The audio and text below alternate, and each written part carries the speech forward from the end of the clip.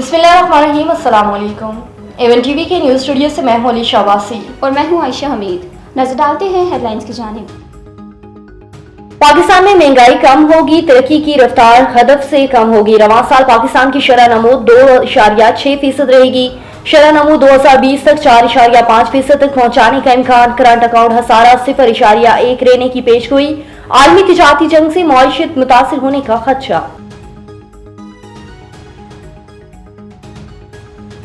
वज़ीर ख़जाना की आलमी मालियाती इदारे के हुकाम से मुलाकातें। मोहम्मद औरंगज़ेब की वर्ल्ड बैंक के नायब सदर से मुलाकात। इक़्तिसादी इस्लाहात कंट्री पार्टनरशिप फ्रेमवर्क पर गुफ्तगू। सऊदी फंड बराए तरक्की के CEO से अहम मुलाकात। तेल की सहूलत इन 2025 के लिए फंड जारी करने की दरख्वास्त। डुएचे बैंक और मोडीज़ के हुकाम से भी बातचीत।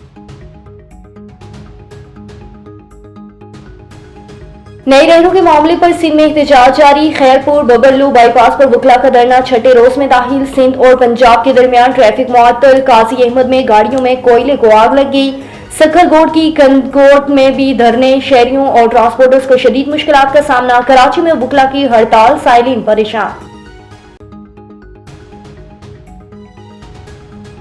कौन सी नहर का पानी बंद करके नई किनाल्स को दिया जाएगा? पीपल्स पार्टी के चौधरी मंजूर ने कहा, सिंध का पानी छीनकर किसी को नहीं देंगे। 1 साल हो गया मुश्तरका मफादात कौंसिल का इजलास नहीं बुलाया गया। नहरों के वारिस आप हैं। नदीम अफजल की प्रेस कॉन्फ्रेंस।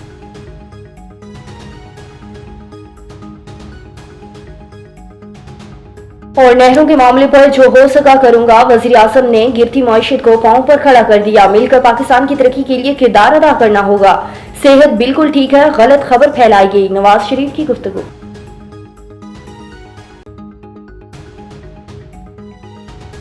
एवन टीवी के न्यूज़ स्टूडियो से फिलहाल इतना ही। मज़ीद खबरों और अपडेट्स के लिए देखते रहिए एवन टीवी। A1 TV, सब पे नजर, अंदर की खबर।